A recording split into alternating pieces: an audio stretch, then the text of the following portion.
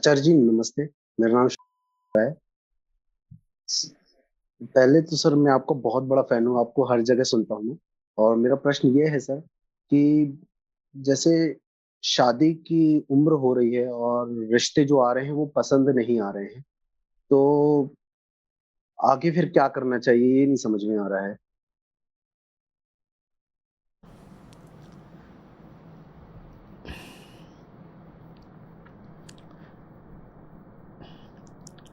शादी की उम्र हो रही है।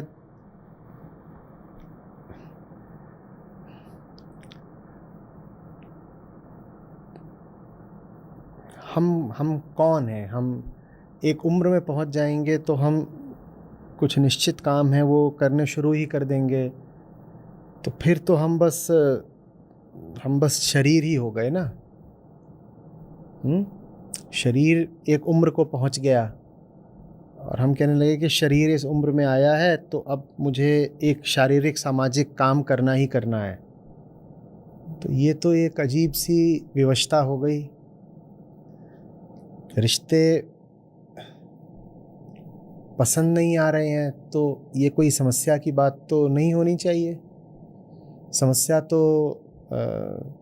तब होती जब जो रिश्ता पसंद आने लायक नहीं था उसको किसी मजबूरी में या बेहोशी में पसंद कर लिया होता। लेकिन अगर अपने ऊपर इतना ज़्यादा दबाव बनाओगे कि मेरी उम्र हो रही है, मेरी उम्र बीती जा रही है, तो यही होगा कि किसी भी उल्टे पुल्टे रिश्ते को मजबूरी में फिर स्वीकार कर लोगे।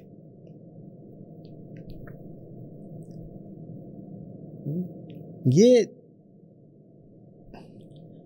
बात चूंकि हमने बचपन से देखी है, समाज में देखी है, घर परिवार में देखी है, फिल्मों में देखी है, तो हमको ऐसा लगता है जैसे ये सत्य हो। सत्य वही होता है ना जिसका कोई अपवाद नहीं होता। सत्य की क्या पहचान है? कि वो अटल होता है, अकाट्य होता है, निरपवाद होता है। ठीक है, हम कहते हैं सत्य हर जगह हर तरफ है। अब हर जगह हर तरफ निरपवाद रूप से हम तो शादी ही देखते हैं, तो हमको वो सब चीज़ सत्य लगने लग जाती है। मतलब गजब देखिए कि हमारे लिए विवाह पर्याय बन गया है निर्गुण निराकार अगम अगोचर सत्य का। कि जैसे वो चहूँ और है, संतों ने इसके गीत गाए ना कि वो तो हर जीव में है, वो कण कण में है, वो अंतर्यामी है, वो कूटस्थ है। वैसे ही हमारे लिए शादी बन गई है, हर जीव की है, चारों ओर है, होनी ही होनी है। जैसे जन्म हो, जैसे मृत्यु हो, वैसे ही विवाह है, वो तो होना ही होना है। नहीं, ऐसा नहीं है। सिर्फ इसलिए कि लोगों ने किसी चीज़ को बहुत बहुत बड़ा बना दिया है, वो चीज़ उतनी बड़ी हो नहीं जाती। इतना परेशान होने की कोई बात नहीं है। आप एक जीव हैं। आप इसलिए नहीं पैदा हुए हैं कि आप विपरीत लिंग के किसी दूसरे जीव के साथ सहवास करना शुरू कर दें। वो जीवन की एक घटना हो सकती है। वो जीवन की ओर, जीवन के लक्ष्य की ओर बढ़ने के दौरान घटा एक प्रकरण हो सकता है। कि बढ़ रहे थे किसी मंजिल की ओर और मंजिल की ओर बढ़ते बढ़ते यूं ही अनायास संयोगवश सफर में कोई हमसफर मिल गया। ये तो हो सकता है, पर वो चीज जीवन का एक बड़ा आवश्यक लक्ष्य थोड़ी ही हो सकती है। और इतना आवश्यक तो कतई नहीं कि आप घबराना शुरू कर दें कि उम्र बीती जा रही है। एकदम नहीं, कुछ नहीं। मिल गया तो बहुत अच्छी बात, नहीं मिला तो करने के लिए न जाने कितने दूसरे आवश्यक बल्कि अनिवार्य काम हैं। लेकिन दुनिया वालों से पूछो तो वो तो ऐसे बोलेंगे कि इंसान पैदा ही होता है शादी करने के लिए। आमतौर पे इसको बड़ा एक खुफिया प्रश्न माना जाता है, कहते हैं गूढ़ प्रश्न है। जीवन का उद्देश्य क्या है, पर्पस ऑफ लाइफ, कहेंगे it's a deep esoteric question. लेकिन इसमें कुछ खुफिया वगैरह है नहीं। आम आदमी की जिंदगी को देखो तो आपको इसका उत्तर मिल जाएगा। आम आदमी के लिए जीवन का लक्ष्य ही शादी है, और नहीं है कोई लक्ष्य। शादी ही लक्ष्य है। शादी लक्ष्य करो, फिर उसमें से और नए नए छोटे छोटे लक्ष्य पैदा हो जाते हैं अपने आप।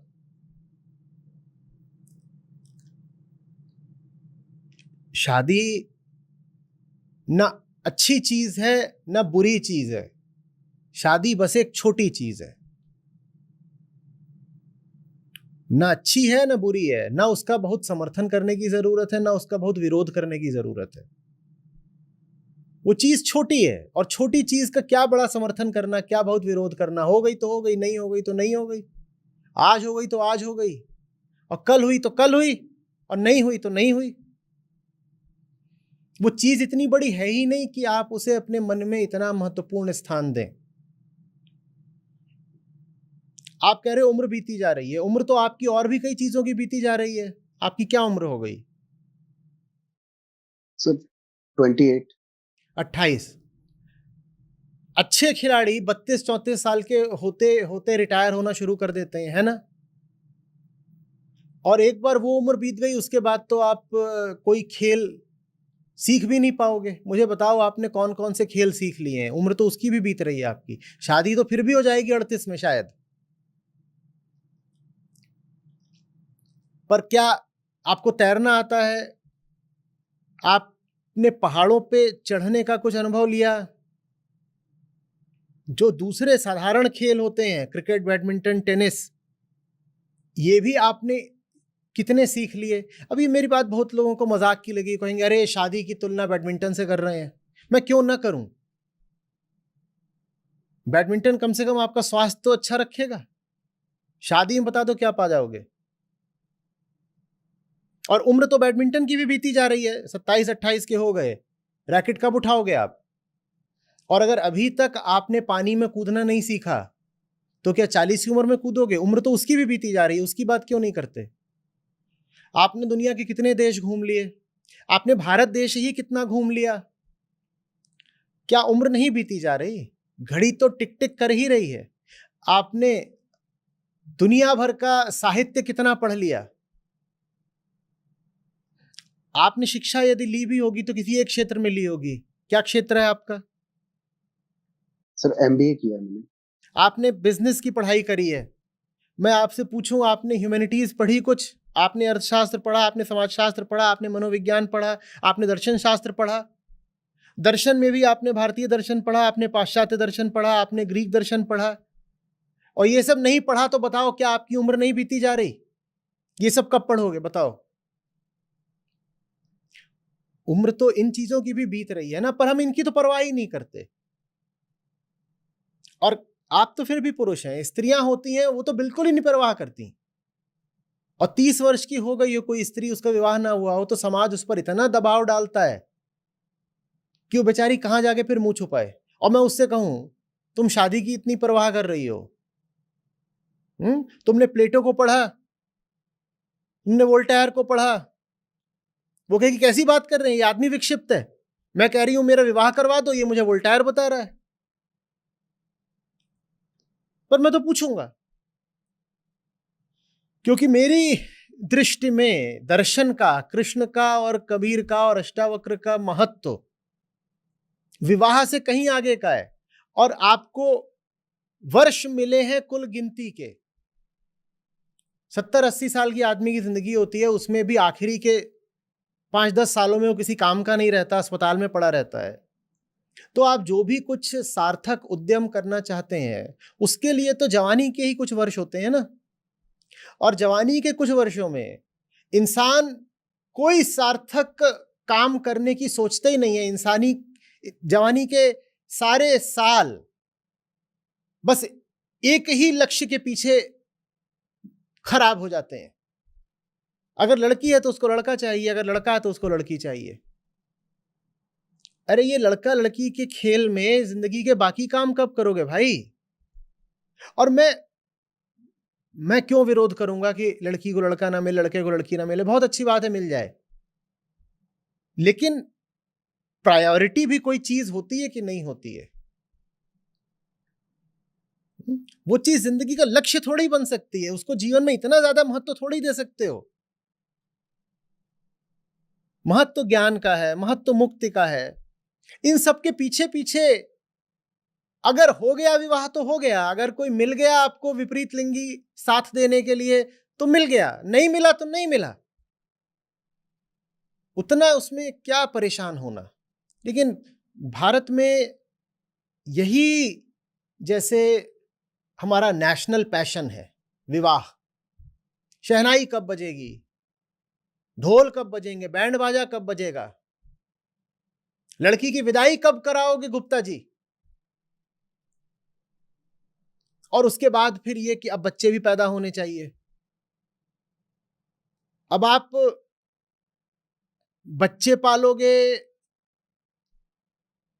या अपने जीवन का निर्माण करोगे, अपने व्यक्तित्व का विकास करोगे?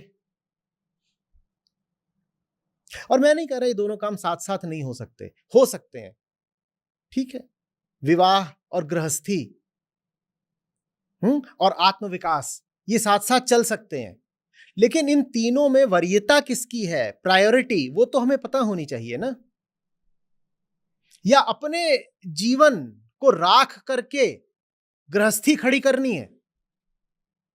इस बात पर थोड़ा ध्यान दीजिएगा, क्योंकि ज्यादातर लोग ऐसा ही करते आ रहे हैं और आज भी कर रहे हैं। अपनी जिंदगी की लाश पर गृहस्थी थोड़ी खड़ी की जाती है।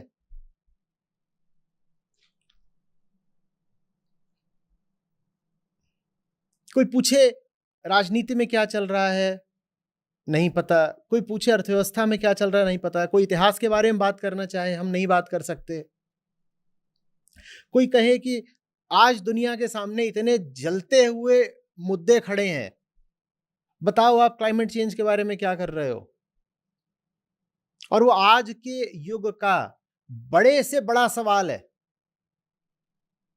Climate change. कोई पूछे बताओ क्लाइमेट चेंज के बारे में क्या कर रहे हो, तो लड़का और लड़की कहेंगे हम कुछ भी नहीं कर रहे। तो फिर तुम दोनों क्या कर रहे हो? अगर तुम दोनों क्लाइमेट चेंज को लेकर के कोई सामाजिक सक्रियता नहीं दिखाते तो फिर तुम करते क्या हो? तो लड़का लड़की कहेंगे हम एक दूसरे के पीछे भागते हैं, हम तो ये करते हैं। एक दूसरे का साथ देना भी है तो किसी ऊंचे लक्ष्य की ओर दो ना। जैसे दो लोग एक साथ किसी ऊंचे पहाड़ पर चढ़ रहे हो शिखर की तरफ, ये थोड़ी बात बनी भी कि ठीक है मैं भी तुम्हारी तरफ नहीं आ रहा, मैं भी जा रहा हूं उस चोटी की तरफ, तुम भी मेरी तरफ नहीं आ रही, तुम भी जा रही हो उस चोटी की तरफ, और साथ चलते चलते संयोग की बात है कि एक दूसरे को हमने थोड़ा समय दे दिया, थोड़ा सहारा दे दिया, लेकिन फिर भी न तुम मेरा लक्ष्य हो न मैं तुम्हारा लक्ष्य हूं, हम दोनों का साझा लक्ष्य वो शिखर है। ऐसा अगर रिश्ता बने तो फिर भी ठीक है। ये कौन सी बात होती है कि अब आप इतने साल के हो गए हैं या हो गई हैं तो अब आपके जीवन का एक ही परम उद्देश्य है विवाह। और आप जाना देखना, विशेषकर उत्तर और मध्य भारत में आज भी ये दशा है। बड़े खेद की बात है कि घर में अगर 3-4 लड़कियां हों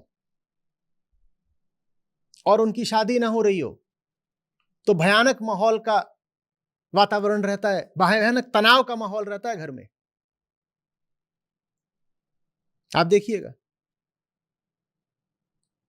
और फिर उसके ब्याह के लिए किसी भी हद तक दहेज भी दिया जा सकता है और किसी भी तरह की शर्त स्वीकार भी करी जा सकती है। ये सब क्या है? हम समझ ही नहीं रहे हैं हम कौन हैं, हम पैदा क्यों हुए हैं, जिंदगी है किस लिए। जिंदगी किसी व्यक्ति की गोद में जाकर बैठ जाने के लिए नहीं है भाई। पुरुष हैं आप, तो आपका जीवन इसलिए नहीं कि किसी स्त्री के आंचल में मुंह छुपा लिया, इसलिए नहीं पैदा हुए हैं आप। हाँ, फिल्मों ने आपको ऐसा सिखा दिया है, समाज ने और परंपरा ने आपको ऐसा बता दिया है, लेकिन ये नहीं है जीवन का उद्देश्य। और न स्त्री के जीवन का ये उद्देश्य है कि किसी पुरुष की छांव में खड़ी हो जाए और उसके बच्चे पैदा करे।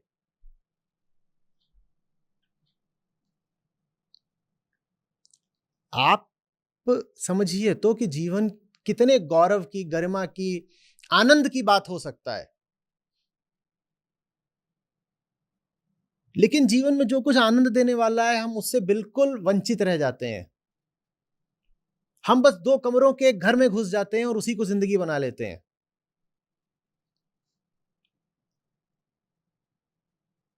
न समुद्रों में गोता मारा, न पहाड़ों पर चढ़ाई करी,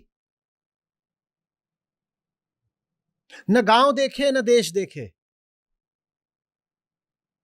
न अतीत को जाना, न भविष्य को गढ़ा। क्या करा? अजी, हमारे तो जीवन की उपलब्धि यह है कि हमने विवाह करा। ये कहां की बात है? आपने इतने विवाहित लोगों को देखा है, उत्तर दीजिएगा। उनको देख के लगता है कि उनके जीवन में सूरज दमक रहा है, कम से कम चांद तारे जगमग हो रहे हैं, ऐसा लगता है क्या? आप बाजार की ओर हाँ, ऐसा तो बिल्कुल भी नहीं है। आप बाजार की ओर निकलिए या आप रेलवे स्टेशन चले जाइए, वहां प्लेटफॉर्म पर देखिए, वहां एक जोड़ा चला रहा होगा रेलवे प्लेटफॉर्म पर। उन्होंने अपना सामान उठा रखा है, 2 बच्चे हैं, एक स्त्री की गोद में है, वो जोर जोर से रो रहा है, चिल्ला रहा है, उसकी नाक बह रही है। एक दूसरा बच्चा है, वो छोटा है, पुरुष ने उसका हाथ पकड़ रखा है और उसको लगभग घसीटते हुए भाग रहा है कि चल भाग भाग, ट्रेन छूट रही है। पुरुष के सर पर 2 बैग रखे हुए हैं, स्त्री भी एक ट्रॉली घसीट रही है, और गोद में जो बच्चा है वो हाथ पांव पटक रहा है और रो रहा है, तो उसको थप्पड़ मार देती है। यही स्वर्ग है, इसी स्वर्ग के लिए आप पैदा हुए थे। देखिए, मुझे ना स्त्री से कोई समस्या, ना पुरुष से समस्या, ना बच्चों से समस्या। मुझे समस्या यह है जब यही सब जो सर्कस है, हम इसी को जीवन का चरम समझने लगते हैं। मुझे उस बात से समस्या है। बाकी विवाह ज्ञानियों ने भी करा है और बच्चे क्रांतिकारियों ने भी पैदा करे हैं, मुझे उसमें क्या आपत्ति हो सकती है। लेकिन एक आम आदमी की आप जिंदगी को तो देखिए ना, वो क्या करता है। उससे पूछो जिंदगी की उपलब्धियां बताओ, कोई उपलब्धि नहीं उसके पास। उससे पूछो कुछ सार्थकता बताओ, कुछ ज्ञान बताओ, कुछ वीरता बताओ, कुछ साहस बताओ, कहीं कोई समर्पण दिखाओ, कुछ नहीं है उसके पास। कुल मिलाकर के उसके पास एक नौकरी होती है अदद, जिससे वो कुछ चंद पैसे कमा कर लाता है और अपने परिवार का पेट पालता है। ये कैसी जिंदगी है और कोई क्यों स्वीकार करे इस जिंदगी को? हर जवान आदमी को अपने आप से ये सवाल पूछना ही होगा।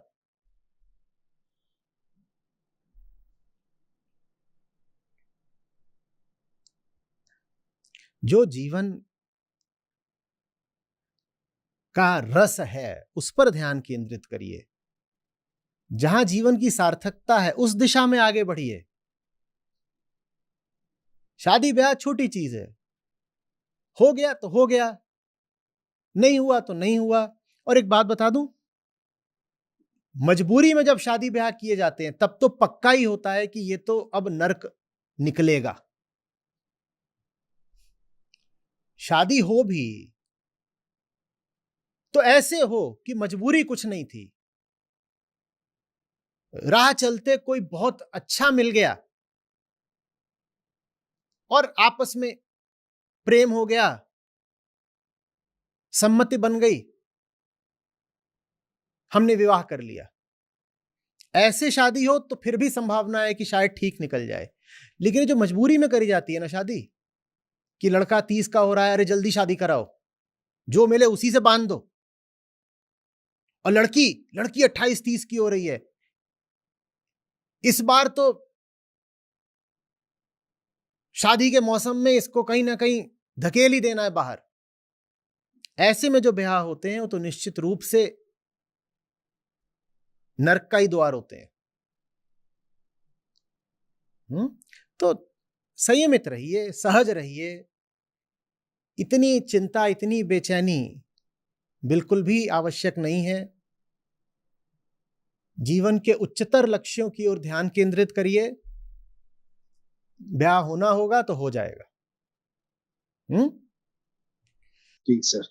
हाँ सर मेरा एक सवाल था इसी से। सर मेरे लिए तो ठीक है कि मैं ये चीज कर लूंगा कि हाँ ठीक है, हुआ तो हुआ, नहीं हुआ तो कोई बात नहीं, मैं समझ गया इस बात को। लेकिन अब मेरी सिस्टर के लिए मैं क्या करूँ, यही। आपकी सिस्टर कितने साल की हैं? सर वो 26, 2 साल छोटी मुझसे। तो उनके लिए आप कुछ क्यों करेंगे? 26 साल तो अच्छी खासी उम्र होती है ना। वयस्क हैं, समझदार हैं, जो करना होगा अपनी ज़िंदगी में खुद करेंगी। आप और मैं होते कौन हैं उनकी ज़िंदगी का फैसला करने वाले या उनकी ज़िंदगी के बारे में बात करने वाले? हमारा अधिकार क्या है? दो पुरुष बैठ करके एक वयस्क महिला के जीवन का निर्धारण कैसे कर रहे हैं? हमारा क्या हक है? हम कौन होते हैं? आप हो, चाहे आपकी माताजी हो, चाहे आपकी पिताजी हो, जब तक बहन छोटी थी, चलो 6 साल की थी, तब तक उसको ठीक से पाल दिया। जब तक 16 साल की थी, तब तक उसको कुछ दिशा निर्देश बता दिए। चलो 18, 20, 21 की हुई तो उसको कुछ सलाह दे दी। अब वो 26, 28, 30 की होगी। क्या अभी भी हम चाहते हैं कि उसके जीवन को हम निर्धारित करें? नहीं, बिल्कुल भी अच्छा नहीं है। आपने कहा आप 27, 28 के हैं ना? अगर मान लीजिए आप यहां ना हो, आपकी बहन यहाँ हो और बहन पूछें, सर बताइए मैं अपने भाई का क्या करूं, भाई की उम्र बीती जा रही है शादी कराने की, तो आपको कैसा लगेगा? आपकी और आपकी बहन की उम्र लगभग एक बराबर है। आप समवयस्क हैं दोनों, है ना? एक 26, एक 27, 28। तो जैसे आप कह रहे हैं कि अब मैं अपनी सिस्टर का क्या करूं, वैसी सिस्टर यहां पर आकर पूछे मैं अपने ब्रदर का क्या करूं, तो आपको कैसा लगेगा? आपको अजीब लगेगा। आप कहेंगे तू कौन होती है मेरी शादी ब्याह और जिंदगी में दखल देने वाली? मैं देख लूंगा ना भाई, मैं खुद देखूंगा। लेकिन हमारे उत्तर भारत में, हमारे खासकर हिंदी भाषी क्षेत्रों में ये बहुत चलता है कि लड़की चाहे कितनी भी उम्र की हो जाए, पहले वो पिता के आश्रित रहेगी, भाई के आश्रित रहेगी, पति के आश्रित रहेगी, और जब उसकी बहुत ही उम्र बढ़ जाए तो कहा जाता है अब तू पुत्र के आश्रित हो जा। उसे क्यों आश्रित रहना है आपके? आपका भाई होने के नाते और भाई के प्रेम के नाते जो कर्तव्य है वो ये है कि आप अपनी बहन को ऊंची से ऊंची शिक्षा दिलाएं, उसको इस काबिल बनाएं कि अपने जीवन के निर्णय वो स्वयं कर सके। यहां तक आपका योगदान, आपका रोल, आपका किरदार है। इसके आगे दखल देने का आपको कोई अधिकार नहीं है। न आपके जीवन में दखल देने का आपकी बहन को अधिकार है। और यही तो प्रेम की बात है ना, दूसरे को बड़ा करना और बड़ा करके उसे खुले आकाश के लिए मुक्त छोड़ देना। प्रेम मुक्ति देता है, प्रेम बंधन नहीं देता। दूसरे के प्रति प्रेम होता है उसको विकास देने में, उसको पंख देने में, उसकी जो अंदर की संभावना है उसको साकार करने में उस व्यक्ति के प्रति प्रेम होता है।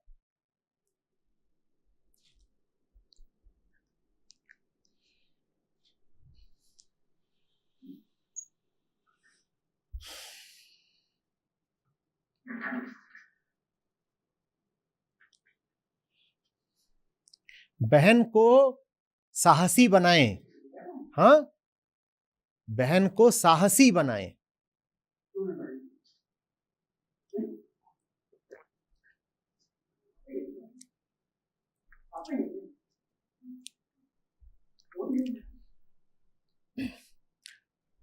वधू होना बाद की बात है, पहले वीर होना जरूरी है।